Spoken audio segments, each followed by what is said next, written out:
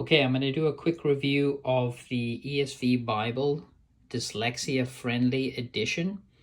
Now, I am someone who has been serving in the ministry for about 10 years, and I am quite dyslexic, so that is one of the reasons why I'm always on the hunt for different Bibles. I've sort of been looking for the best Bible that helps me to preach and teach, and just because I need good font and paper and all that kind of stuff to really help me to see what's going on. So this is an attempt here by Crossway working together with Klaus from 2K Denmark in order to produce sort of an ideal Bible here for people suffering with dyslexia. Okay, so a couple comments here. This box, excellent quality box here for such a cheap Bible, so just set that off to the side. Just such a fancy box. Then what they've done is they've given you these color overlays. So the font is special. It is like bottom weighted to help people with dyslexia to be able to read it, and it's also a 10 or 11 point font, which is nice and big. So font is epic. The bottom weighting, lettering, all that seems really good. Like this matches what I usually gravitate towards anyway. So they give you these color overlays. It's pretty cool. Like, I feel like it's nicer than just looking at white. Problem I find with it is that the light from my office here will react on this, and so you kind of have a sheen from that. So I'm just gonna not use these overlays anyway. But if you find that that is helpful, then go ahead. What I usually like to do for myself if I'm teaching is I like to mark up the text a little bit. So yeah, I've used a yellow highlighter, another yellow, and written in the margin there because I kind of like to do that. And honestly, the ghosting on that side is not too bad. But I gotta tell you guys that this paper, when I got it, it was ridiculous. I thought, like, what garbage thin paper is this? It was extremely stuck together. I went through the whole Bible, taking it apart page by page. This paper is not great. Like, it is thin and there's a bit of ghosting. But on the upside, though, it once you get it all taken apart from each other, it's sort of standard for these cheaper Bibles. So paper, I wish if they put this on premium paper, then this would be incredible. So what we're seeing here, let me just make a couple comments about the outside of the Bible while we're at it. This is a True Tone, which is a fake leather, but this is like the fancy True Tone. Not all the True Tones are always the same. I would say this is definitely one of the better True Tones that I've seen, kind of like the ESV Bible with Creeds and Confessions. So very nice there, good stitching, but they failed by putting a paper liner. This is going to rip eventually right there, so they should have put a vinyl liner instead. But this True Tone itself is going to last really well and is actually very supple, so that's excellent. Now let me get back to my Mark 13 here because I want to compare this to some other Bibles. My most recent Bible that I've been using now for ministry is actually the Schuyler Quintel. This is the ESV, and this is the first edition Schuyler, which actually has 38 GSM paper. This is the fancy paper, the thickest, best paper that you can basically get. So I want to just, let's put them like that, just so you can see what the difference is here. Now, this is also 11 point font. Now, I'm comparing it to, this is a high-end Bible that is out of print. You can't even get it, right? But I'm trying to figure out, like, what's the best here. Bang for buck, this is incredible for what you're getting, especially if dyslexia, just go and get it. But I'm also just trying to show, like, what they did differently here.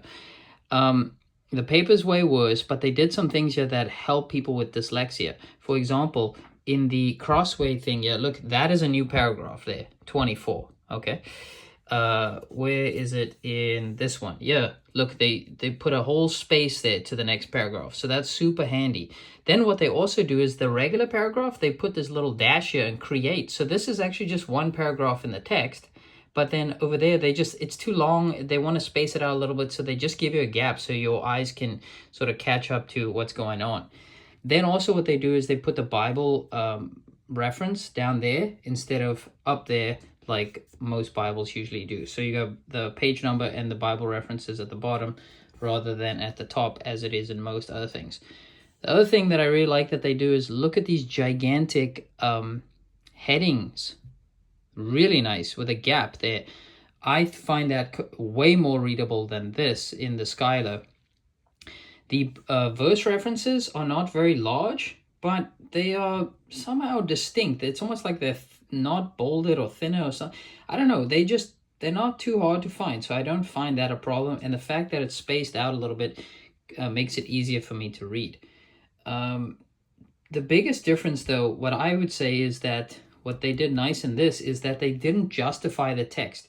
You see how all of each line ends up exactly the same length here because they've used justification in the font. But over here, they didn't do that. They let the sentence end wherever it sort of naturally does. And that just creates a bit more white space on the page and makes it way easier for people like me to be able to read this. One of the downfalls of this Bible that I've seen, though, is that they have no footnotes. You know how just the regular ESV footnotes, got none of them. So that is a bit of a drag. This means like you can't even, that really reduces the usefulness of this Bible as a study Bible. So no references, which is okay, but no footnotes, which I think is a bit of a problem. In the back of the Bible, you just go straight from Revelation 22 into a few maps, and that's it. So actually, this Bible is quite portable, considering how large the text is and how many nice gaps we have. I actually find that this is a good size. This is not too large at all. Let's compare it to something like this here. This is what the ESV Preacher's Bible, I think. Pastor's Bible from a few years ago. Now, this is a 9 font. Here's the 11 font. Okay, and this one is not justified. This is justified. And look at this. You know how they do their references. Terrible. Who can even read that at all? But it has nice footnotes.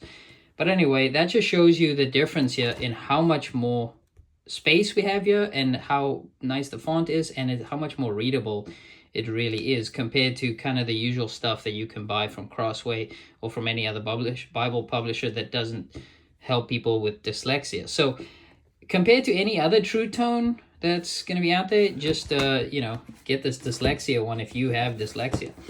But if you're like me now you're trying to figure out, okay, what overall, I just want one perfect Bible here for ministry. I don't know if this is strong enough to cause me to switch because we got, I need decent paper, and I also want a little bit of study helps. This one I feel is almost a bit too minimalist for me. But anyway, we'll see. I'm going to try reading from it more often and see maybe this one could come in handy for me. But overall, very impressed. Loving stuff like these big headings and the innovation here of, breaking up paragraphs and just putting more white space there. So all of that is very cool, and I wonder if this will take off. If they say a lot of people have dyslexia, and maybe in the future someone will put out a premium Bible with similar features to this, because if that would happen, then I would just permanently switch to something like that. So definitely if you have dyslexia, go and grab yourself one of these, give it a shot. I'm sure you're going to like it.